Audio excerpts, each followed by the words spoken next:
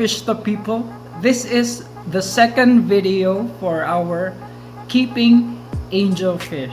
Now this time we will be talking about how to select angelfish. Now there are many varieties that are available today. However, in our area here in Cebu, Philippines, this is the koi angelfish. The second is second most common angelfish around is the Philippine blue angelfish, and then third would be the marble angelfish. And however, there are also other strains that I have seen around, but they are not as common as the three that I have mentioned.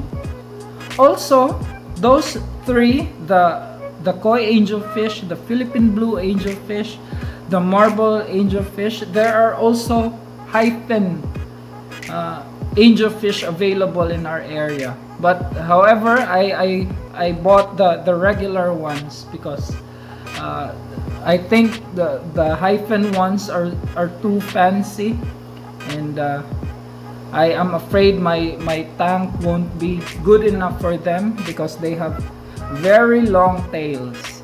Now there are also I have also seen Bulgarians seal point angelfish around our area. There are few, as there is a breeder who's producing Bulgarian seal point around our area, and there he is also breeding Santa Isabella. But I would rather have the angelfish that are already acclimated or are already very used to the top water. That is why I have majorly selected the koi, Philippine, and then the marble angelfish, because they have adapted to our water very well, and it won't be very hard for me to keep them. Okay, now one of the things that we should be looking at whenever we are selecting angelfish is their appetite. Now whenever we would visit a pet store, you can actually put your hand above the tank and try and check if they would ask for food whenever you would place your hand at the top. And also you could also request or ask the store clerk to try and ask them to feed the angelfish, so that you would be able to see if the angelfish they are selling are eating well. Because feeding or if seeing the angelfish eat is a good indication that they are healthy, and that they are not suffering any internal parasites. Now, first is make sure that they would beg for food or ask for food, and then they would eat whenever someone would feed them. Then the next thing is you should make sure that they are not very thin. Okay? Angelfish they are really thin, no? And if you don't like to see them very thin, because they would look very unhealthy if they are very thin. And also if the fish is very thin, okay, it's a good indication that they are suffering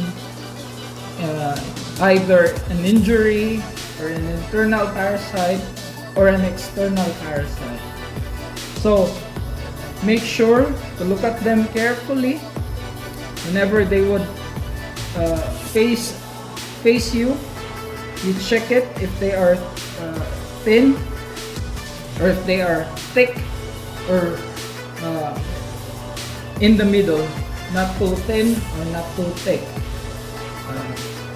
Okay, now the next thing is you should also check if the angelfish that you are buying, if they have cloudy eyes.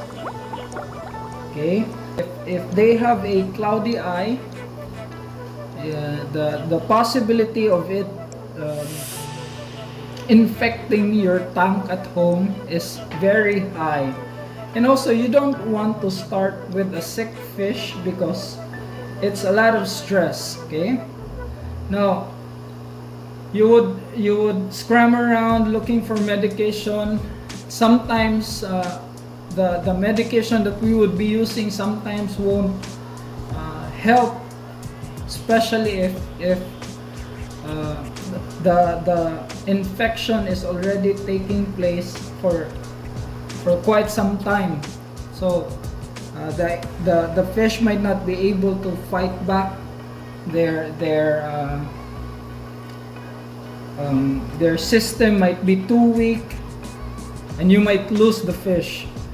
So it's not a good idea to start with a sick fish.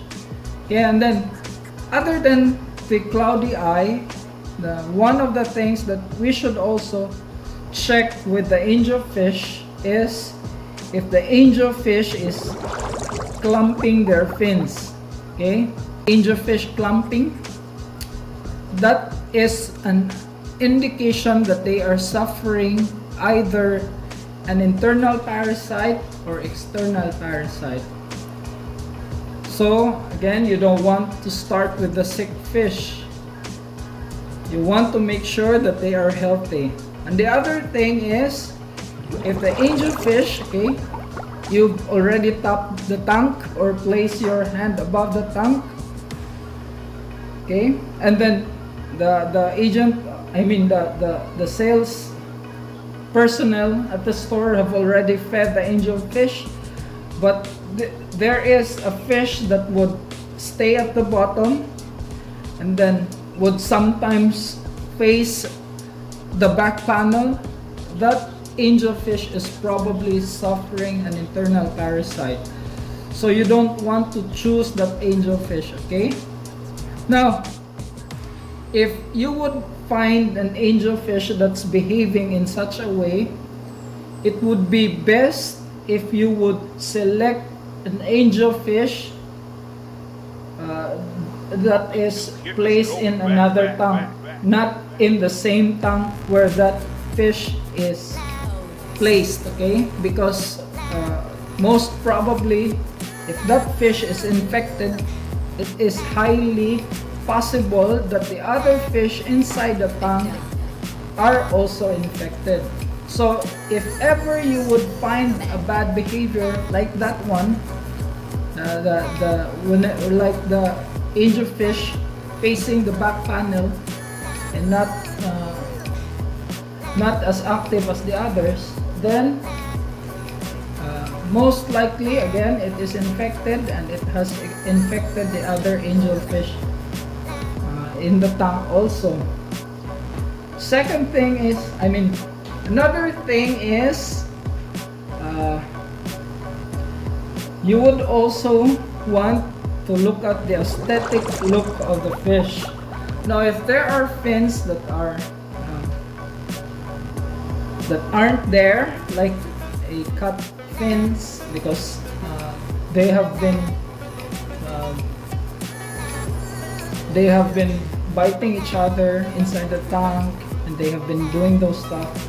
So you don't want to choose those angelfish. Haven't subscribed? Please subscribe and then press the bell for notification. Thank you so much. Goodbye for now, fish the people.